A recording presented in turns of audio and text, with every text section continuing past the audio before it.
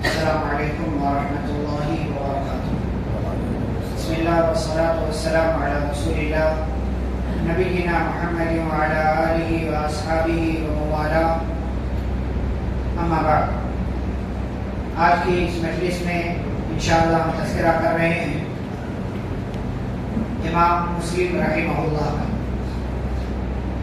آپ بار بار ان کا نام سنتے ہیں حدیث کی کتاب صحیح مسلم کے حوالے سے، تو وہی محدث اور حدیث کے ماہر کا تذکرہ آج آپ کے سامنے کیا جا رہا ہے۔ ان کا نام، ان کا نسب کیا ہے؟ ابو الحسین مسلم بن حجاج بن مسلم بن ورد قشیری نیسابوری۔ یہ بنو قشیر ان کے قبیلے کا نام تھا، اسی کی طرف نسبت کرتے ہوئے ان کو قشیری کہا جاتا ہے، اور نیسابور کے رہنے والے تھے جو کہ خراسان کا ایک علاقہ ہے، اس حساب سے ان کو نیسابوری کہا جاتا ہے۔ خراسان کے ایک اور محدث کا ہم نے تذکرہ کیا، کون تھے وہ؟ امام بخاری رحمہ اللہ۔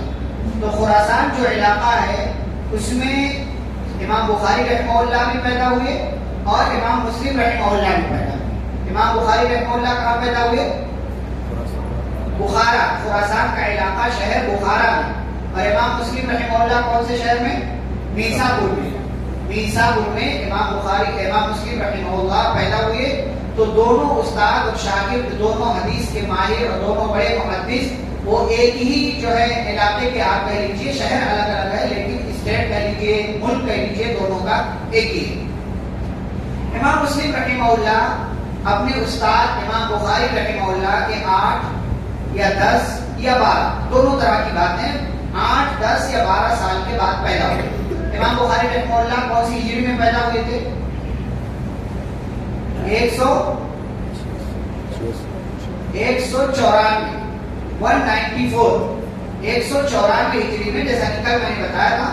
اور امام مسلم رحمہ اللہ 202 یا 204 یا 206 تینوں طرح کی باتیں ہیں، لیکن اکثر لوگوں نے 202 والی بات نوٹ کیا ہے کہ 202 ہجری میں امام مسلم رحمہ اللہ پیدا ہوئے۔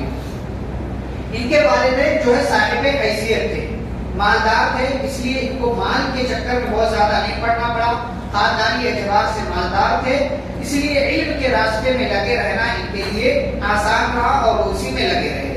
بچپن سے ہی علم حاصل کیا، لیکن جب 18 سال کی عمر ہوئی تو 18 سال کی عمر سے حدیث کا سماع شروع کیا، حدیث سننا شروع کیا، یعنی اس کو لکھنا، سننا اور اس کو جو ہے نوٹ کرنا، یہ ساری چیزیں کرنا شروع کیا 18 سال کی عمر سے۔ یحییٰ بن یحییٰ تمیمی ان کے حدیث کے پہلے استاد ہیں، ان سے سب سے پہلے انہوں نے حدیث سنا۔ 220 ہجری میں جب ان کی عمر تقریباً 18 سال کی ہوئی تو 220 ہجری میں مکہ کا سفر کیا، اور مکہ کے سفر پر گئے، اور مکہ ہی میں امام مالک رحمہ اللہ کے ایک بڑے خاص شاگرد تھے عبداللہ بن مسلمہ قعنبی نام کے، ان کے سامنے گئے اور ان سے وہاں حدیث کا سماع کیا، وہاں حدیث سنی ان سے اور ان کے شاگرد بن گئے۔ علم کے سفر کے لیے بہت سے علاقوں کا انہوں نے دورہ کیا، علم کے سفر میں نکلے، مکہ، مدینہ، عراق اور ایسے ہی مصر کے تقریباً 220 اساتذہ سے امام مسلم رحمہ اللہ نے علم حاصل کیا ہے، حدیث سنی ہے، اور پھر جا کر کے حدیث کے اس مقام تک پہنچے ہیں۔ ان کے اساتذہ میں مشہور نام، پچھلے 2 نام ہم ذکر کر چکے ہیں، جو وہ دونوں ان کے استاد ہیں۔ ان کا تذکرہ کیا ہم نے، امام احمد بن حنبل اور امام بخاری، یہ دونوں کے دونوں امام مسلم رحمہ اللہ کے استاد ہیں۔ ایسے ہی ایک اور ہیں اسحاق بن راہویہ نام کے، جو امام بخاری رحمہ اللہ کے بھی استاد ہیں، وہ امام مسلم رحمہ اللہ کے بھی استاد ہیں۔ تو یہ مشہور ان کے اساتذہ، اس کے علاوہ اور بہت سارے اساتذہ، جیسا کہ میں نے کہا 220 اساتذہ سے، استاد سے امام مسلم رحمہ اللہ نے حدیث کا علم سیکھا اور حدیث سنا اور اسے سماعت کیا۔ امام مسلم رحمہ اللہ کے والدین جو تھے، باپ جو ہے خاص طور سے، وہ ان کا ذریعہ معاش کیا تھا؟ ان کی جاگیر تھی۔ جیسے ہمارے علاقوں میں جاگیر ہوتی تھی لوگوں کی، ان کے یہاں بھی امام مسلم رحمہ اللہ کے جو والد تھے ان کی جاگیر تھی نیسابور کے اندر ہی، اسی علاقے میں، اور نیسابور کا جو کنارے کا علاقہ جاتا تھا یعنی جہاں شہر ختم ہوتا تھا بہت بڑی جاگیر تھی ان کی اور اس سے جو کچھ آمدنی ہوتی تھی وہی جو ہے ان لوگوں پر خرچہ ہوتا تھا, ان کے گھر والوں پر خرچہ ہوتا تھا, تو بہت بڑا ذریعہ تھا آمدنی کا, اس لیے مال وغیرہ کا ٹینشن امام مسلم رحمہ اللہ کو نہیں تھا. امام مسلم رحمہ اللہ کا سب سے عظیم کارنامہ جو انہوں نے انجام دیا وہ ہے صحیح مسلم کی تصنیف. صحیح مسلم نام کی کتاب لکھی انہوں نے, آپ جانتے ہیں صحیح بخاری کے ساتھ ساتھ صحیح مسلم کا تذکرہ کیا ہے, اور جہاں تذکرہ آ گیا رواہ البخاری یا رواہ مسلم یا جہاں بھی تذکرہ آ گیا یہ حدیث صحیح بخاری میں ہے, یہ حدیث صحیح مسلم میں ہے, ہم اس کو مان لیتے ہیں. کیوں مان لیتے ہیں؟ اس لیے کہ اس کے پیچھے ایک تو ان لوگوں کی محنت ہے, اور دوسرے یہ کہ ہر دور میں علماء نے, محدثین نے اور تمام لوگوں نے ان کی کتابوں کو قبول کیا اور یہ فیصلہ سنایا کہ ان کی کتابوں میں ہر ایک بات, ہر ایک جو ہے حدیث جو ہے وہ صحیح ہے, درست ہے, اس کو قبول کیا جا سکتا ہے. اسی لیے صحیح بخاری اور صحیح مسلم دونوں کو ملا کر کے صحیح عین کہا جاتا ہے. صحیح عین یعنی دو حدیث کی صحیح حدیث کی دو کتابیں. پہلی کتاب صحیح بخاری جو امام بخاری رحمہ اللہ نے لکھی, اور دوسری کتاب صحیح مسلم جو امام مسلم رحمہ اللہ نے. بلکہ بعض لوگوں نے یہاں تک بھی لکھا ہے, خاص طور سے ان کے اپنے علاقے کے جو لوگ, انہوں نے یہاں تک لکھا ہوا ہے کہ صحیح مسلم یہ بعض چیزوں میں صحیح بخاری سے زیادہ اوپر والی کتاب ہے, بعض چیزوں میں. اور یہ واقعی درست بات ہے کہ اگر آپ ایک عالم ہیں, ایک جاننے والے ہیں, تو آپ کو صحیح بخاری صحیح مسلم جب آپ پڑھیں گے تو آپ کو اندازہ ہوگا کہ صحیح مسلم کے اندر بہت ساری چیزیں ایسی ہیں کہ جس کی وجہ سے آپ کہہ سکتے ہیں کہ یہ صحیح بخاری سے آگے بڑھ کر کے. لیکن علماء نے, محدثین نے صحیح بخاری کو پہلے نمبر پر رکھا ہے, قرآن کے بعد سب سے زیادہ صحیح کتاب ہے, پھر اس کے بعد امام مسلم رحمہ اللہ کی کتاب صحیح مسلم کا نمبر آتا ہے. لیکن یہ دونوں جب ساتھ میں بولی جائے, دونوں کتابوں کا نام لیا جائے, تو اس میں کوئی ڈاؤٹ نہیں کہ ان دونوں کتابوں میں جو حدیث موجود ہے وہ صحیح ہے, درست ہے, اس پر آپ عمل کر سکتے ہیں.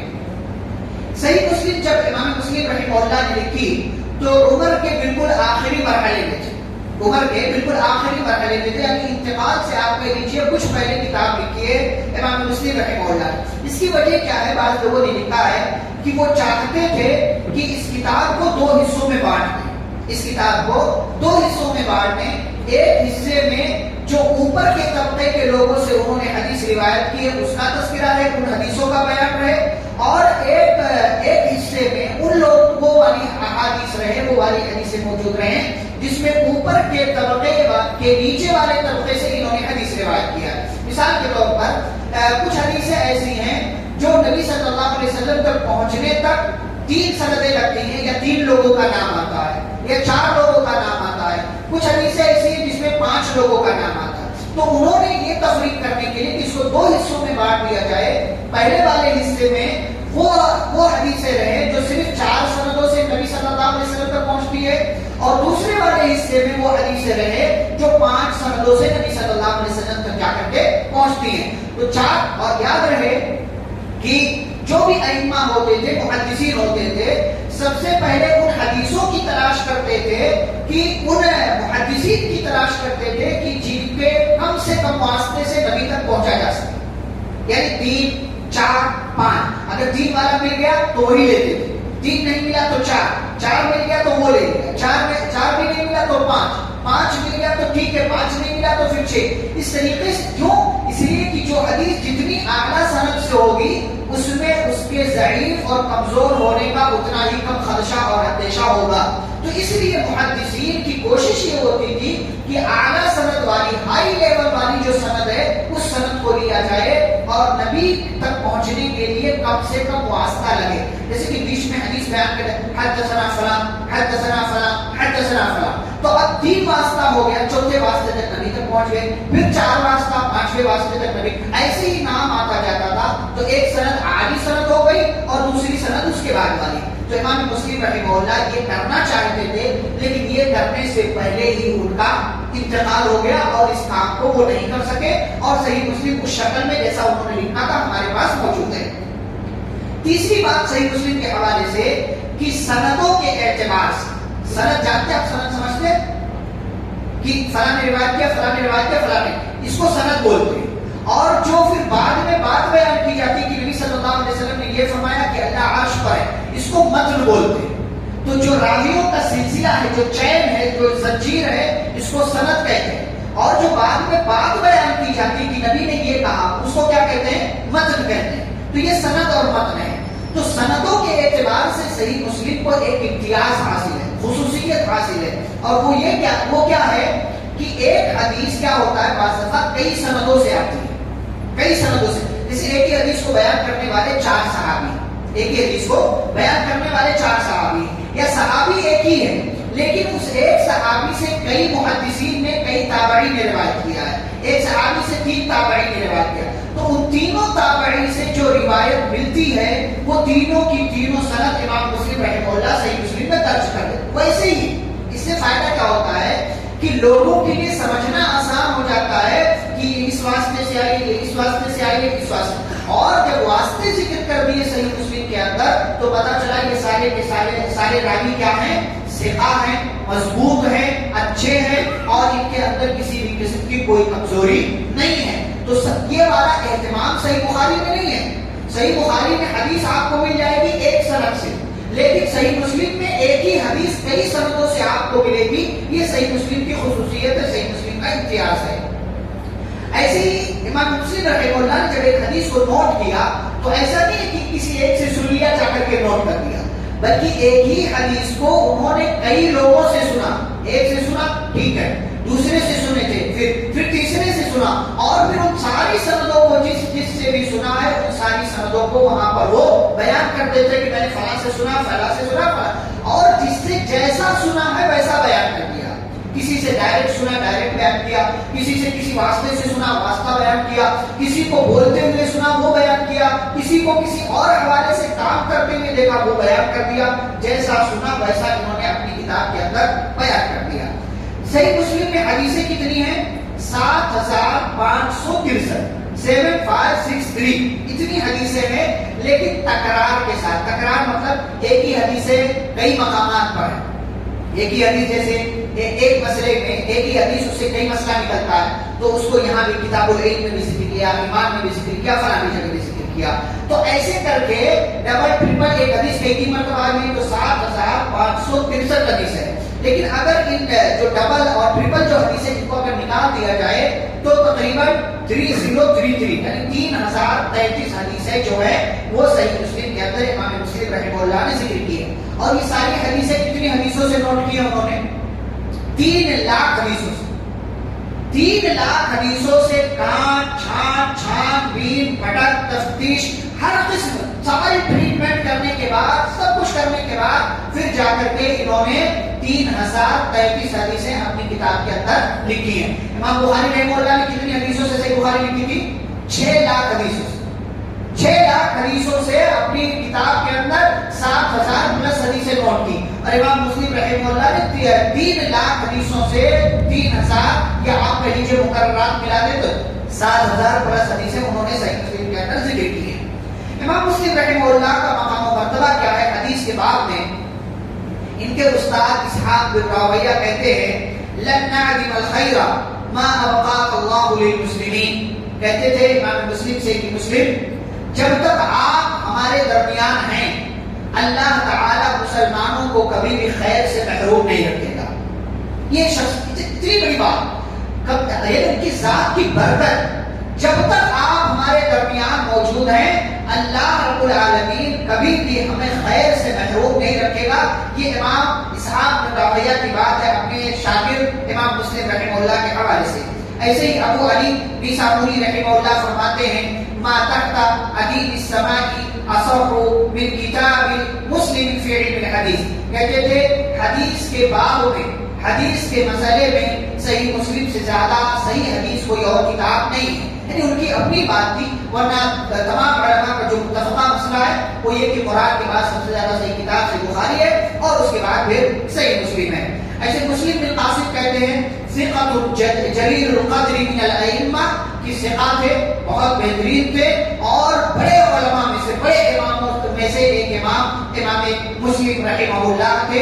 میں نے بتایا کون سی ہجری میں پیدا ہوئے؟ 202 4 یا 6، لیکن 2 والی بات زیادہ قریب لگتی ہے اور زیادہ لوگوں نے یہی ذکر کیا ہے. جب 261 ہجری کو پہنچے، 261 261 کو عمر کتنی ہوگی 261 میں؟ 59 سال کے ہوئے تو 261 ہجری میں امام مسلم رحمہ اللہ کا انتقال ہوا، اور ان کے انتقال کا واقعہ بھی بڑا عجیب و غریب ہے۔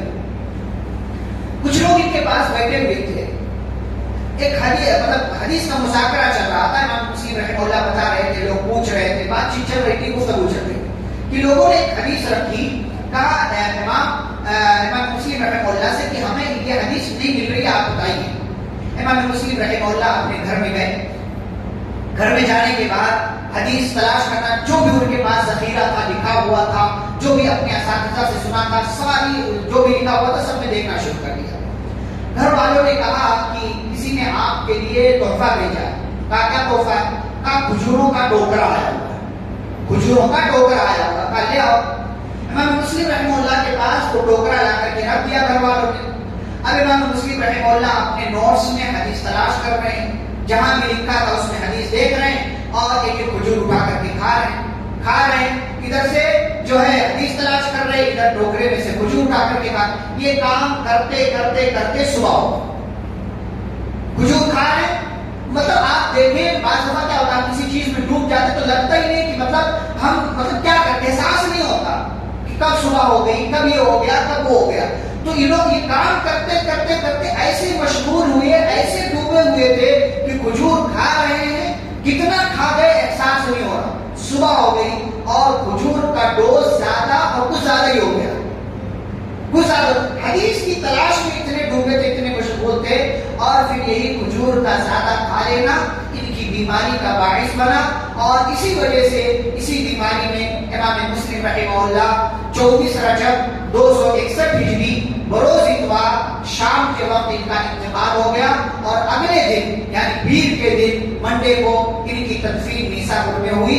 اس طریقے سے حدیث کا ایک بڑا امام، امام بخاری کا شاگرد، امام احمد بن حنبل کے شاگرد، امام مسلم رحمہ اللہ صحیح مسلم کے مصنف، مؤلف، اور اپنے لیے ذخیرے آخرت جمع کر کے جانے والے، صدقہ جاریہ بنا کر کے جانے والے امام مسلم رحمہ اللہ جیسے جلیل القدر عالم دین کا حدیث کی خدمت کرتے کرتے اسی مسئلے میں اور اسی وجہ سے ان کا انتقال ہو گیا۔ اللہ رب العالمین ان پر اپنی کروڑوں رحمت نازل فرمائے، آمین۔ صلی اللہ علیہ نبی کریم، السلام علیکم ورحمۃ اللہ وبرکاتہ۔